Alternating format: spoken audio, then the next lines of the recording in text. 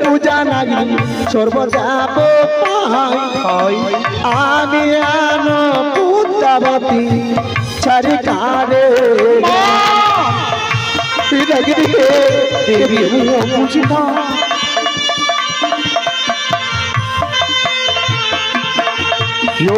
পুজো কীর্তি গেলাম নাগিনী ঝালো মালুর ঘরে ভক্তি করে কেড়ে নিল সোনা কাজে মরে। এ তো ভালো কথা।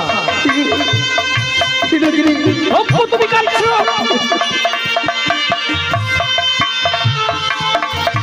ওরে সোনা কাজে বুঝে নাগিনী তপস্য দিয়া চন্দ্র রে মারে আমার কাকলির বাড়ি দিয়া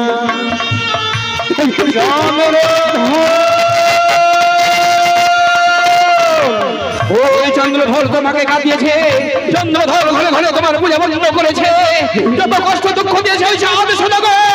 ওরে মূর্খ চাঁদ, আর তোর নাই নিস্তার, এই কালনাগিনী পাঠাবে তোকে জমে। না নাগিনী না, কি করতে চলেছে নাগিনী, কি করতে চলেছ মা? আজকে যদি তুমি চন্দ্রধরকে রাজ যদি করে দাও তাহলে আমি কিভাবে তবে কাকে দংশন করতে হবে? এই মধ্যে তোমাকে যেতে হবে সরকারি পর্বতে। দোষ করেছে ওই দুষ্ট চন্দ্রধর, সাজা পাবে তার কনিষ্ঠ পুত্র দুর্লভ লক্ষণটা।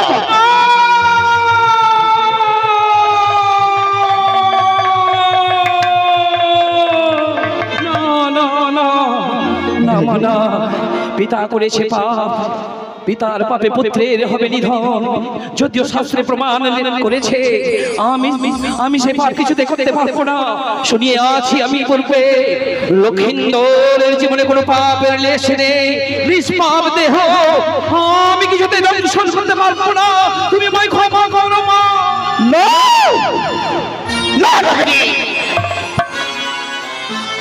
আজকে লক্ষ্মীদেরকে যদি দংশন যদি না করো, নিশে বাবা যেতে গেলে ওই দুষ্টম চন্দ্রধর হাসি আসবে, আমি আড়াল থেকে কান্নাকাটি করব। যদি তোমার গর্ভধারিণী মা যদি কান্নাকাটি করে তাহলে তুমি সহ্য করতে পারবে?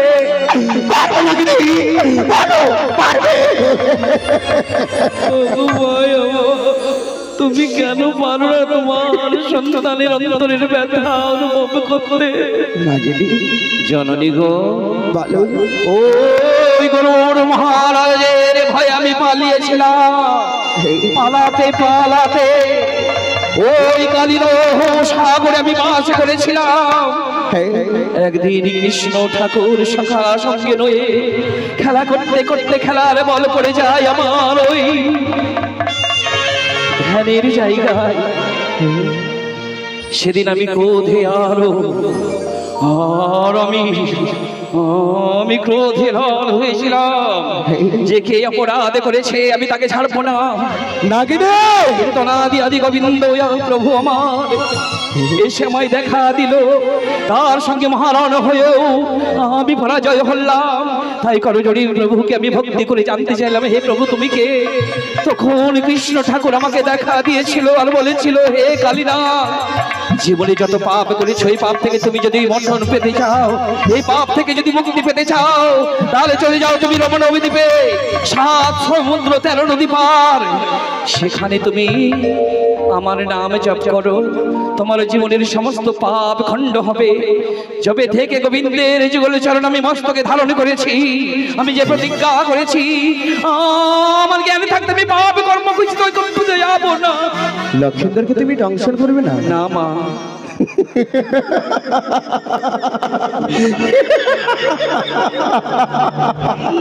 নাগিনী, তোমার কাছে অনেক নাগ আছে, তাদেরকে বলো। তবে ভুলে যেও না, কি তুমি আমার হাতে হাত রেখে তুমি শপথ করেছো। শপথ করেছি, সত্য যদি রঙ্গন হলে তোমার হবে নরকে বাস। আমার এই কথাও জানা নেই মা। আমি সত্য করেছি কি বলে তোমার কি কি জানা নেই? নাগিনী আমি তোমার শত্রুকে নিধন করতে চেয়েছি। হে লখাই তোমার কবেকার শত্রু? কবেকা তুমি জানো না আমার এলাকায় রয়েছে আজকের জন্যে আমার শত্রুতা, তাই আজকের নীতিশে ওই লক্ষিতরকে শেষ করে দেবো। আর তোমারও শত্রু আছে। লখাই আমার শত্রু? হ্যাঁ তা কি করে হয় মা? তা কি করে হয় জানো? তাহলে তুমি শুনতে চাও? তবে মনে করো তুমি একটিবার যেদিনকে তোমার ফুল সজ্জা রাত্রি ছিল, সেদিনকে তুমি ফুল বাগানে গেছিলে, তাই ওই স্বর্গপুরের অনিরুদ্ধ উষা তোমার কানুনের সময় মনে পড়েছে মা, মনে পড়েছে ওই নন্দন কাননে স্বামী স্ত্রী আমরা জঙ্গলে গেলে করেছিলাম। এমন সময় উষা অনিরুদ্ধের রথের চাকায় আমার স্বামী প্রাণ ত্যাগ করেছিল।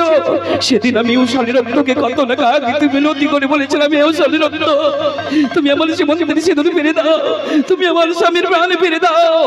কেউ সেদিন আমার স্বামী প্রাণ ফিরে দেয়নি। সেদিন আমার মরা স্বামীর দেহ স্পর্শ করে প্রতিজ্ঞা করেছিলাম, আর বলেছিলাম, হে উষা, এই জন্মে তুমি আমাকে বিধবা সাজালে, ইহার প্রতিশোধ নিতে যদি শত জন্ম নিতে হয় তো নেব, কিন্তু আমিও তোমাকে একদিন সাজাবো বিধবা। তবে মাগো নাগিনী ওই লখাই তোমার শুধু একা শত্রু নয়, সেটি আমার শত্রু। শুধু তুমি সন্ধান বলে দাও, কোথায় গেলে লখাইকে পাবো, আমি তাকে দংশন না করা পর্যন্ত। তার জন্য তুমি চিন্তা করো না।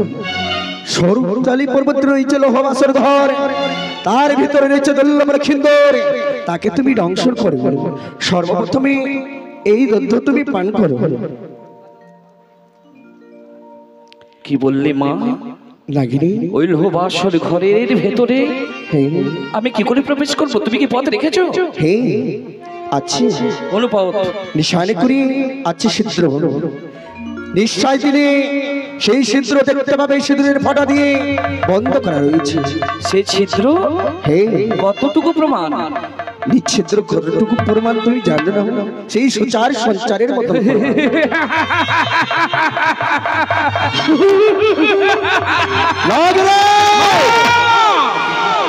আর হলো না তোমার আমার কেন প্রতিজ্ঞা পালন? কেন কি করে ভাবলে তুমি? প্রচন্ড দেহ আমার, পর্বতের মতো নাকার দেহ আমার, হে ওই সামান্য সুতার সঞ্চার পথে আমি প্রবেশ করবো কি করে ভাবলে তুমি? দাঁড়াও নাগিনী, তার জন্য তুমি চিন্তা করো না। আমার দিদিকে আমি স্মরণ করবো। কোথায় দিদি না তোলা?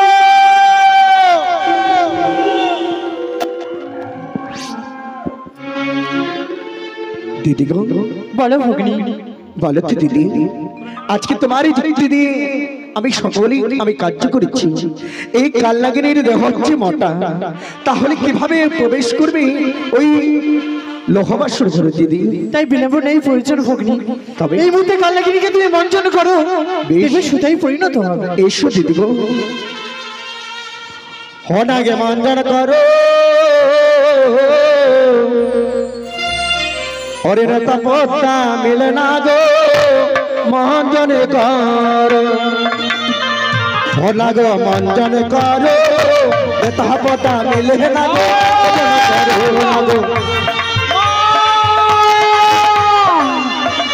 চলে গেল সমুদ্রের বালি দিয়া মঞ্জন করিল,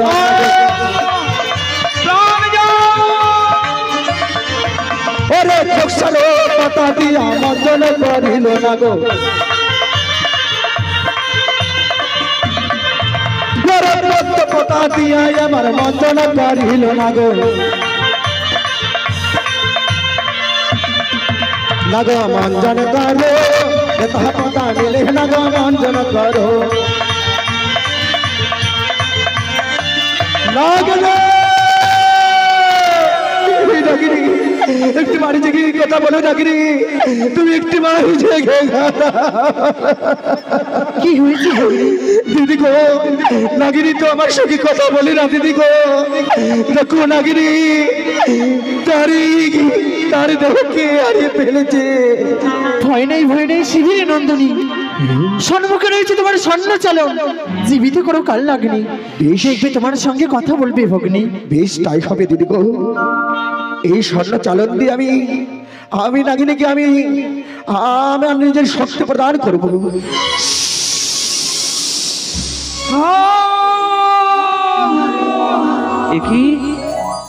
কি হলো আমার? নাগিনী, আজ আমার দেহ সুতার পরিমাণ হয়ে গেল। আমি পূর্বের দেহকে আর জীবনে ফিরে পাবো না। মাগো, এই ছিন্ন দেহ নয়ে কি আমি জগতে বেঁচে থাকবো? নাগিনী, তার জন্য তুমি চিন্তা করবে না। লক্ষেন্দরকে দংশন করতে গেলে আবার পুনরায় ফিরিয়ে পাবে। কিন্তু মাগো, বলো। এই ছিন্ন দেহ নিয়ে কি করে যাবো সৌতালি পর্বত আমি? বেশ, তার জন্য তুমি চিন্তা করো না। এসোই আমার হংস রথে, আমি তোমাকে নিয়ে চলে যাব। তাই যেন হয়। আমি সৌতালি পর্বতে।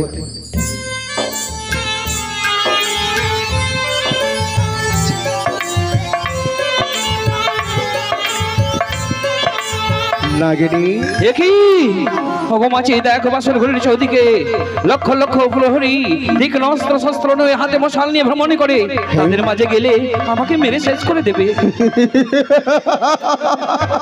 তার জন্য তুমি চিন্তা করো না নাগিনী। আমি এনেছি ওই ইন্দ্র দাদার কাছ থেকে মেঘে মেঘে নিয়ে 49 ভবন, তাই লোহবাসর ঘরে বর্ষণ করবো। তাই এই মুহূর্তে আমি মেঘমেঘকে স্মরণ করবো। কোথায় মেঘমেঘে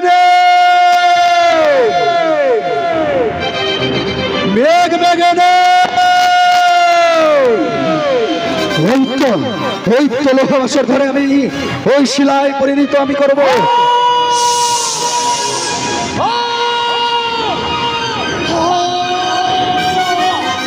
পারি না থাকতে অসহ্য জ্বালা যন্ত্রণা, ঘরে ঘরে বিদ্যুতের ঝিলিক, মাথায় যেন বড় পরিশ্রম হচ্ছে মায়া। ওখানে তুই আমায় ক্ষমা করে দিস আমায়। আমি পিতার কর্তব্য করতে পারলাম না, তুই আমায় ক্ষমা করে দিস খোকা, তুই আমায় ক্ষমা।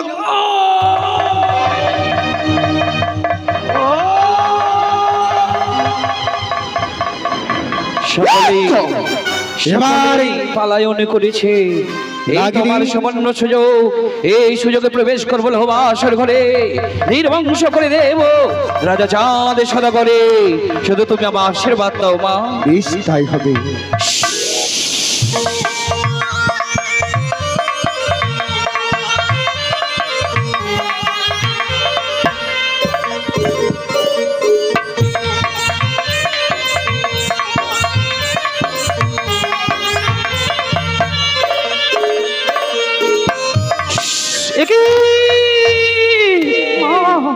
মাগো, আমি প্রাণের ভয়ে পালিয়ে এলাম।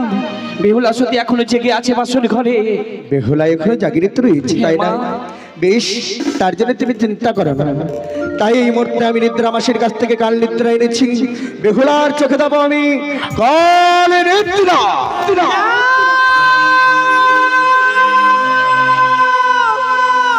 না, কোথায় হতে যেন কাল আমার ঘুম আসে নয়নে, নিশি জাগে কেমনে। আমার ঘুম আসে নয়নে, নিশি জাগে কেমনে।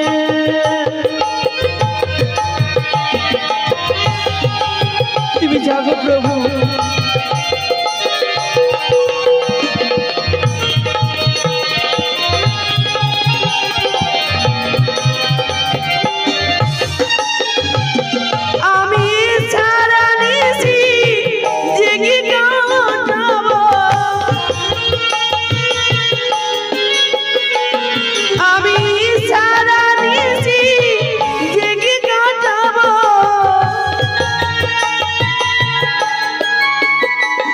আমার স্বামী রসনে।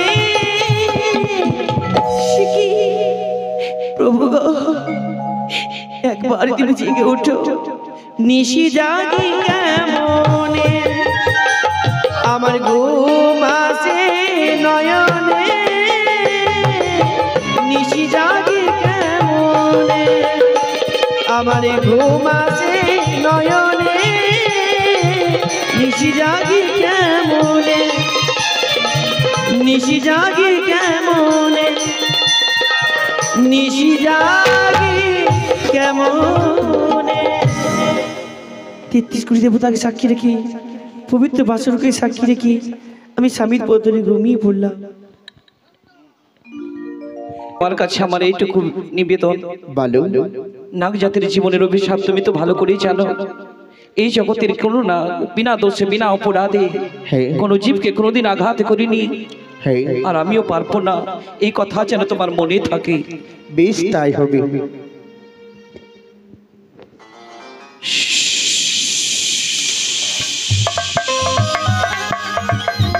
একই একই আজ আমি কোথায় এলাম? আহা, যেন স্বর্গ সভায় আজ আমি উপস্থিত। স্বর্গের জ্যোতি যেন চৌদিকে জ্বলে। বিহুলা লক্ষের যুগল রূপের জ্যোতি আজ বাসর ঘরকে আলোকিত করে রয়েছে। কি সুন্দর ঈশ্বর তাদের নির্মাণ করেছে। যতই দেখি ততই যেন হৃদয় লালসা জাগে দেখা।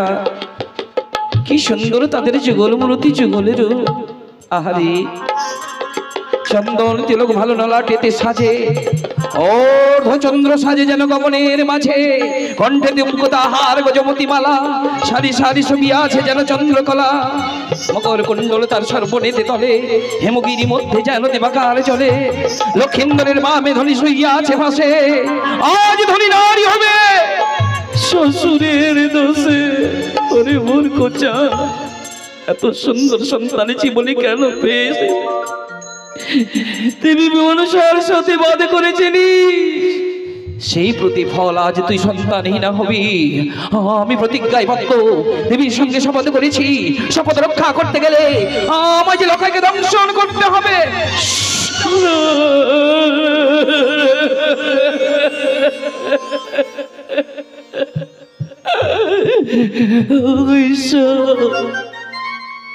লখাইকে দংশন করতে গিয়ে যেন শতপুত্রের ছায়া ভেসে আসে মনে হয়। অনেক কি করে আমি লখাইকে দংশন করবো প্রভু?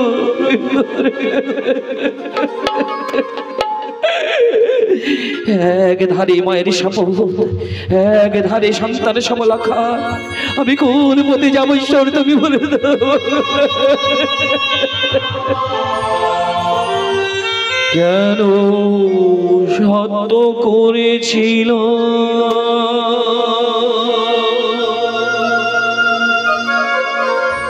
মামন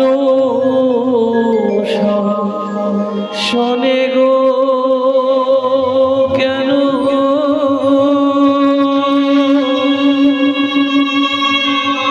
সত্য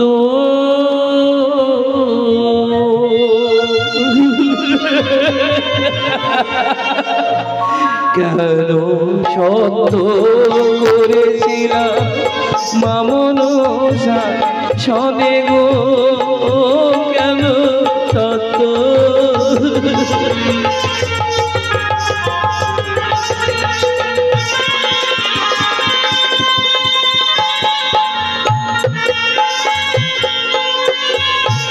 তুমি বলো বলো অভিঘাত,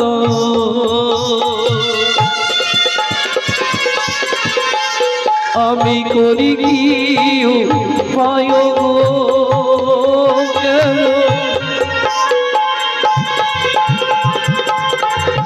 আজি কেমন দোষী আমি মালা লক্ষ্মী নরে গো।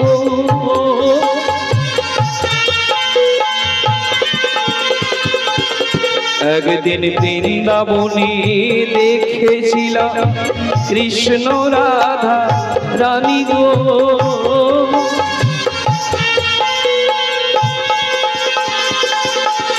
আজি লখায়ের বামে শোভে বেহুলানা চরি গো।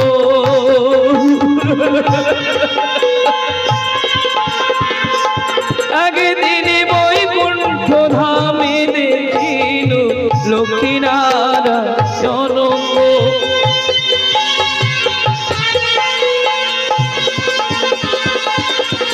অগতেমন যুগল রূপের শোভা দেখি মাসর মনে গো।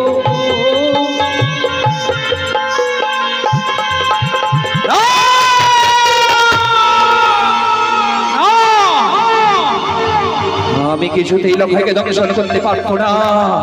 সেই অপরাধে যদি তুমি মা মনসা আমার মৃত্যুদণ্ড সাজা দেয়, আমি মাথা পেতে নেব, কিন্তু বিনা দোষে বিনা অপরাধে আমি লক্ষ্যকে দংশন করতে পারবো না। ওরে বাচ্চা লক্ষ্য, দেবীর আদেশে তোরে দংশন করতে এসেছি, কিন্তু আমি যে চাই না তোরে দংশন করতে।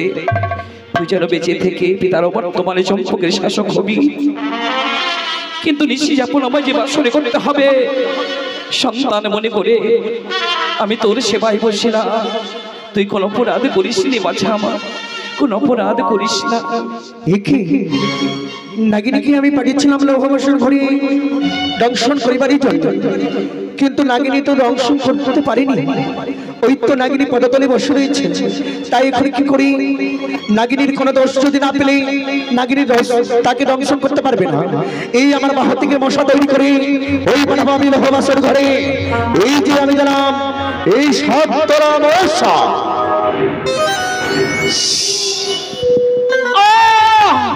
এ কি করলি লখাই? আমি তো তোকে দংশন করতে চাইনি, তবু তুই আমায় পদাঘাত করলি। আমি তোকে ছেড়ে দেব না, আমি তোকে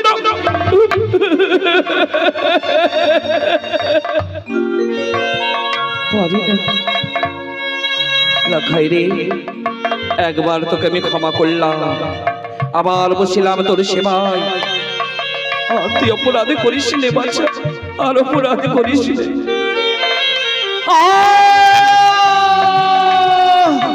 কি করলি লখা? একবার নয়, দ্বিতীয়বার পদাঘাত করলি, আর কেউ তোকে বাজাতে পারবে না। এই কাল লাগিনি করবে তোকে না।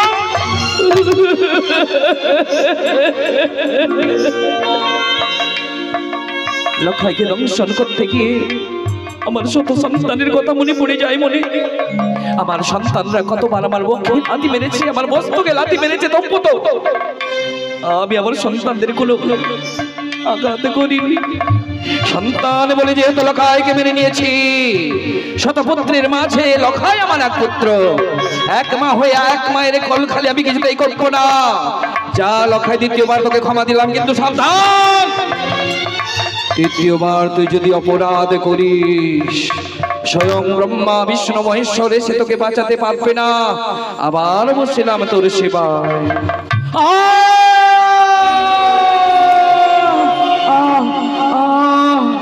আর পারি না সইতে, যেন পর্বতের চূড়া ভেঙে পড়লো মোর মস্তক পরে। ওরে ওরে কুলাঙ্গার, তুই রাজ সন্তান বলে তোর আত্মহংকার, আজ আত্মহংকারে পড়ে মাতৃ সম নাগিনীর মস্তকে করেছিস 3 বার পদাঘাত। তুই অপরাধী, অপরাধীকে সাজা দেওয়া সকল শাস্ত্রে প্রমাণ আছে। হে স্বর্গমর্ত পাতালের সকল দেব দেবীগণ, তোমরা সবাই সাক্ষী থাকো। হে আকাশের চন্দ্র সূর্য তারা নক্ষত্র, তোমরা সবাই সাক্ষী থাকো। হে বনের পশু পক্ষী, হে লতা পাতা, তোমরা সবাই সাক্ষী থাকো। অপরাধ করেছে লখাই, অপরাধীকে সাজা দেওয়া কর্তব্য। এই ভেবে আমি লখাইকে দংশন করবো। দেখে আমি যে ঘৃণ্য জাতি না, শুদ্ধ অঙ্গে যে আমি স্পর্শ করতে পারছি না, আমি কি করে লখাই রঙ্গকে অশুদ্ধ করব? ওই তো প্রদীপে তেল জ্বলে রয়েছে, ওই লেঙ্গুড়ে জুড়ে প্রদীপের তেল ছিটিয়ে দেব লখাইয়ের অঙ্গে। দেখি অলক্ষী প্রবেশ করে কিনা।